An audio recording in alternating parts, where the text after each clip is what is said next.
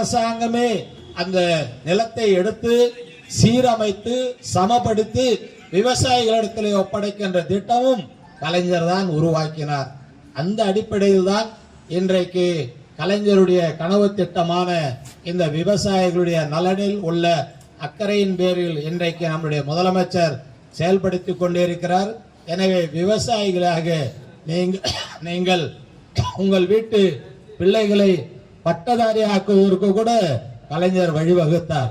4% அதில் இடஒதுக்கீடை விவசாய குடும்பத்திற்காக ஒதுக்கீடு செய்ய வேண்டும் என்று கொடுத்தார். அதிலும் குறிப்பாக கிராம பகுதியில் இருந்து படிக்கின்ற மாணவர்கள் அன்றைக்கு மருத்துவத்தில் சேருகின்ற ஒரு வாய்ப்பை உருவாக்கி கொடுத்தார். அதில் கூட நம்மளுடைய பகுதியை சேர்ந்த பெருங்காப்பூரை சேர்ந்த அருமை தம்பி நம்முடைய பெருமா பையன் டாக்டர், அவருக்கு அங்க வாய்ப்பு டாக்டர் படிக்கிற வாய்ப்பு வந்தது. முதல்ல அந்த திட்டத்தை அறிவித்த உடனே நம்ம பகுதியில் ஒரு மாணவனுக்கு அந்த வாய்ப்பு கிடைத்தது. இன்னைக்கு நீட் தேர்வு வந்துடுச்சு, அந்த வாய்ப்பு எல்லாமே இல்லாம போயிடுச்சு.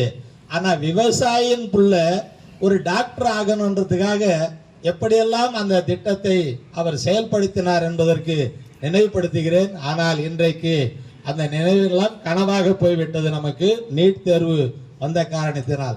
அதை விட இன்னொன்னும் சொல்லுகிறேன், கலைஞர் எப்படி கிராம பகுதியில் இருக்கிறவர்களுக்கு படிக்காத குடும்பத்திலிருந்து வர்றவங்களுக்கு அதில் செலெக்ஷன் பண்ணணும்னு ஒரு கமிட்டி அமைச்சார். ஆமாம், மருத்துவக் கல்லூரியில் ஒரு கமிட்டி அமைச்சார். அப்போ கமிட்டி அமைக்கும் போது எல்லாம் மதிப்பெண் அப்படின்னும் போது மதிப்பெண்ணில் வர்றாங்க. அப்போ நம்ம பிற்படுத்தப்பட்டவர், மிக பிற்படுத்தப்பட்டவர், தாழ்த்தப்பட்டவர் அந்த மதிப்பெண் எடுக்க முடியல. மதிப்பெண் எடுக்க முடியாதால கலைஞர் நாசுக்கா கூப்பிட்டு அவங்களுடைய வெயிட்டுக்கு ஏற்ற மாதிரி அவங்களுக்கு ஒரு மார்க் போடுவார். வெயிட்னா யாரு?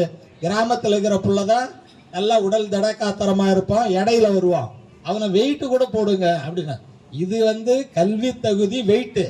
ஆனா ஒரு ஆளனுடைய வெயிட்டே வச்சு எப்படியாவது அந்த பிள்ளைய டாக்டர் ஆக்கணுன்றதுக்காக அன்னைக்கு அந்த கமிட்டியில அதுக்கு ஒரு 10 மார்க்கு போட்டு கிராமத்தில் இருக்கிறவங்க எல்லாம், விவசாய குடும்பத்தில் இருக்கிறவங்க எல்லாம் மருத்துவர் ஆனார்னு சொன்னால் அவர் இந்த மக்களுடைய அந்த வாழ்வாதாரம் உயர வேண்டும், கல்வி அனைவரும் பெற வேண்டும் என்பதில் திராவிட மாடலுடைய நோக்கத்தில் ஒன்றென்று இன்றைக்கு கோடிட்டு காட்டினேன். பாதகம் செய்பவரை கண்டால் நாம் பயங்கொள்ளலாகாது பாப்பா, மோதி மிதித்து விடு பாப்பா, அவர் முகத்தில் உமிழ்ந்து விடு பாப்பா.